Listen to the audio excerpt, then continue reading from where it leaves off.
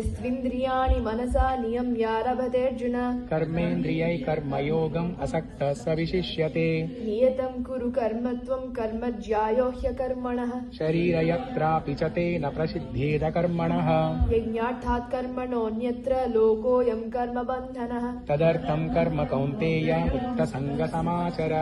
सह यज्ञैः प्रजा सृष्ट्वा पुरोवाच प्रजापतिः अनेन प्रसविष्वध्यम् एष वोस्त्विष्टकामधुक् देवान् भावयतानेन ते देवा भावयन्तु वः परस्परं भावयन्तः श्रेयः परमवाप्स्यत इष्टान् भोगान् हि वो देवाः दास्यन्ते यज्ञभाविताः तैर्दत्तानप्रदायभ्यो यो भुङ्क्तेस्तेन एव सः यज्ञशिष्ठासिनस्तन्तो मुच्यन्ते सर्वकिल्बिषैः भुञ्जते ते त्वगं पापा ये पचन्त्यात्मकारणात् अन्नाद्भवन्ति भूतानि पर्जन्यादन्नसम्भवः यज्ञाद्भवति पर्जन्यो यज्ञकर्मसमुद्भवः कर्म ब्रह्मोद्भवं विद्धि ब्रह्माक्षरसमुद्भवम् तस्मात् सर्वगतं ब्रह्म नित्यं यज्ञे प्रतिष्ठितम् एवं प्रवर्तितं चक्रं नानुवर्तयति हयः अगायु इन्द्रियारामो मोघं पार्थ स जीवति यस्त्वात्मरतिरेव स्यात् आत्मतृप्तश्च मानवः आत्मन्येवा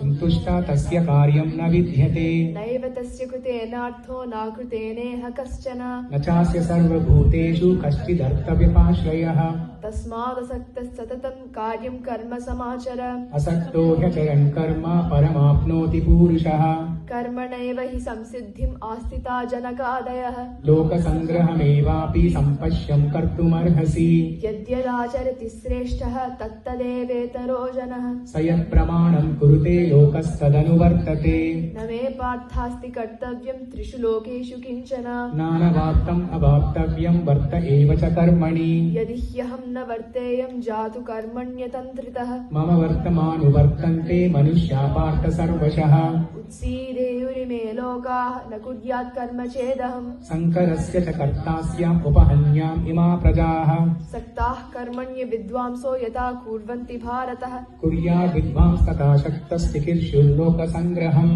न बुद्धिभेदं जनयेद् अज्ञानां कर्मसङ्गिनाम् जोषयेत् सर्वकर्माणि विद्वान् युक्तसमाचरन् प्रकृतेः क्रियमाणानि गुणैः कर्माणि सर्वसः अहङ्कारविमूढात्मा कर्ताहमिति मन्यते तत्त्ववित्तु महाबाहो गुणकर्मविभागयोः गुणागुणेषु वर्तन्त इति मत्वा न सज्जते प्रकृतेर्गुणसम्मूढाः सज्जन्ते गुणकर्मसु तान् कृत्स्नविदो मन्दान् कृत्स्नभिन्न विचालयेत् मयि सर्वाणि कर्माणि सन्न्यस्याध्यात्मचेतसा निराशीर्निर्ममो भूत्वा युध्य